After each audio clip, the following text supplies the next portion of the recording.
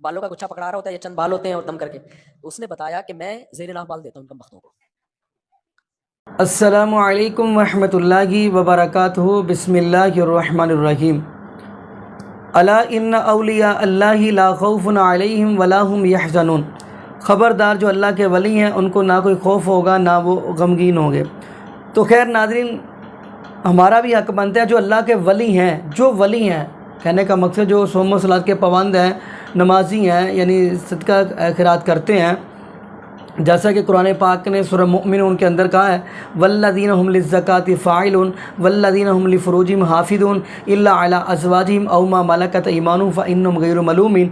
تو ناظرین، جو اللہ کے ولی ہوتے ہیں وہ زکوٰۃ بھی ادا کرتے ہیں، صوم و صلات کے پابند ہوتے ہیں، تو ان کی اللہ پاک ہم عزت کرنے کی توفیق دے۔ تو ناظرین، آج ہم جو ویڈیو دکھانے جا رہے ہیں، یہ ویڈیو ہے مفتی طارق مسعود حافظہ اللہ تعالیٰ کی، اور وہ ایک ایسے پیر کی بات بتا رہے ہیں، کہنے لگے کہ وہ پیر کے پاس لوگ آتے ہیں اور وہ جو پیر ہے استغفر اللہ معاذ اللہ لوگوں کو اپنی بغلوں کے بال اور زیر ناف کے بال دیتے ہیں، تو لوگ بڑے اس کو چوم چا کے لے جاتے ہیں گھر میں۔ تو آئیے ناظرین وہ ہم ویڈیو دیکھتے ہیں، تو پھر انشاءاللہ اسی والا سے ناظرین ہم بھی گفتگو کریں گے۔ تو آئیے ناظرین مل کے ویڈیو دیکھتے ہیں۔ ہمارے جاننے والوں میں میرے ایک استاذ نے ایک واقعہ سنایا ایک عامل کا، یہ قرآن یہاں رکھو، پھر سناؤں گا یہ واقعہ، پھر واپس دے دینا مجھے۔ ایک عامل کا واقعہ سنایا، وہ بالوں پہ دم کر کے دیتا تھا، بال پہ نا، لوگ جاتے تو کہتے میں بزرگ ہوں، میرے بال لے جاؤ اور مارکو کے کام بن جائے گا۔ تو ہمارے استاذ کہتے ہیں میں نے اس عامل سے پوچھا تو کہاں کے بال دیتا ہے، تیرے سر کے بال تو ختم ہو نہیں رہے، جو بھی آ رہا ہے اس کو ایک بالوں کا گچھا پکڑا رہا ہوتا ہے، یہ چند بال ہوتے ہیں اور دم کر کے۔ اس نے بتایا کہ میں زیر ناف بال دیتا ہوں کم بختوں کو، کسی کو بغل کے کسی کو زیر ناف۔ تو وہ کہتے ہیں کہ میں نے ان سے پوچھا کہ یار تو یہ کیا حرکت کر رہا ہے لوگوں کے ساتھ؟ تو کہتے ہیں اس عامل نے کہا کہ یہ کمبخت خدا کا در چھوڑ کے جب میرے پاس آتے ہیں نا تو ان کمبختوں کی یہی سزا ہے کہ ان کو گندے بال دوں میں بھی تم سے کہتا ہوں قرآن و حدیث کو سب مانتے ہیں، قرآن و حدیث کی ایک تشریح وہ ہے جو اسلاف نے کی ہے، بڑے بڑے مجتہدین نے کی ہے۔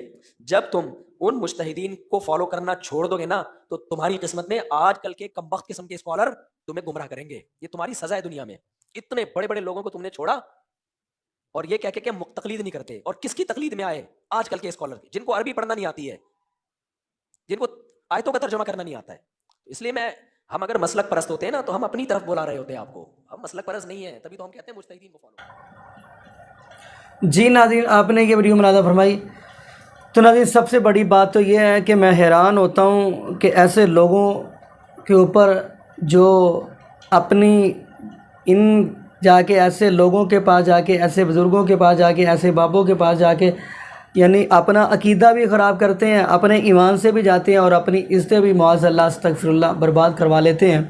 تو ناظرین میں یہ بات کہوں گا، جس بندے کے پاس قرآن اور حدیث ہو اس کو کہیں بھی جانے کی ضرورت نہیں ہے۔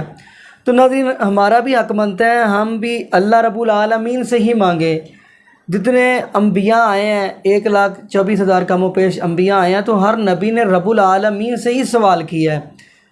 اگر آپ نبی یونس علیہ السلام کی طرف دیکھیں تو وہ مچھلی کے پیٹ کے اندر بھی تو یہی کہہ رہے ہیں لا الہ الا انت سبحانک انی کنت من الظالمین۔ مقابلے میں اگر ابو تعالیٰ حنیفہ کو کی طرف فالو دیکھیں نہیں تو وہ کرتے، بھی خوب مشکل سمجھ لو ربنا ظلمنا ہمارا یہ انفسنا رائے کہہ رہے ہے، ہیں وَإِن لَمْ فتویٰ تَغْفِرْ ہے، لَنَا جو وَتَرْحَمْنَا صحیح حدیث لَنَكُونَنَّ کے مِنَ مقابلے میں الْخَاسِرِينَ۔ ابو حنیفہ کو فالو کہیں کرے جانے گا کی کافر ہو ضرورت جائے نہیں گا، ہے۔ سب گمراہ سے تو بڑی دور کی بات تو بات یہ ہے ہے۔ کہ اللہ پاک نے ہمیں قرآن اور نبی پاک صلی اللہ علیہ وسلم کا نبی پاک صلی اللہ علیہ وسلم کا فرمان جیسی ہمیں، یعنی نعمت نبی پاک کی حدیث جیسی نعمت ہمیں دی ہے، تو پھر ہمیں جانے کہیں ضرورت بھی نہیں ہے۔ تو ناظرین دعا کرے اللہ پاک ہمیں تمام امت مسلمہ کو قرآن حدیث کے ساتھ ہی جڑنے کی اللہ پاک ہمیں توفیق دے دے، اور اللہ پاک ہمیں 5 وقت کا باجماع نمازی بنا دے، اور اللہ پاک قرآن پاک کی کثرت کے ساتھ تلاوت کرنے کی توفیق دے، اور ساتھ ساتھ اللہ پاک قرآن پاک کو ترجمے کے ساتھ پڑھنے کی توفیق دے۔ اور جتنے بھی اس دنیا کے اندر ناظرین بے اولاد ہیں، تو پریشان ہے اولاد کی وجہ سے، اللہ پاک سب کو نیک نرینہ صالح صحت تندرستی والی اور ایمان والی لمبی زندگی والی اولاد عطا فرما دے۔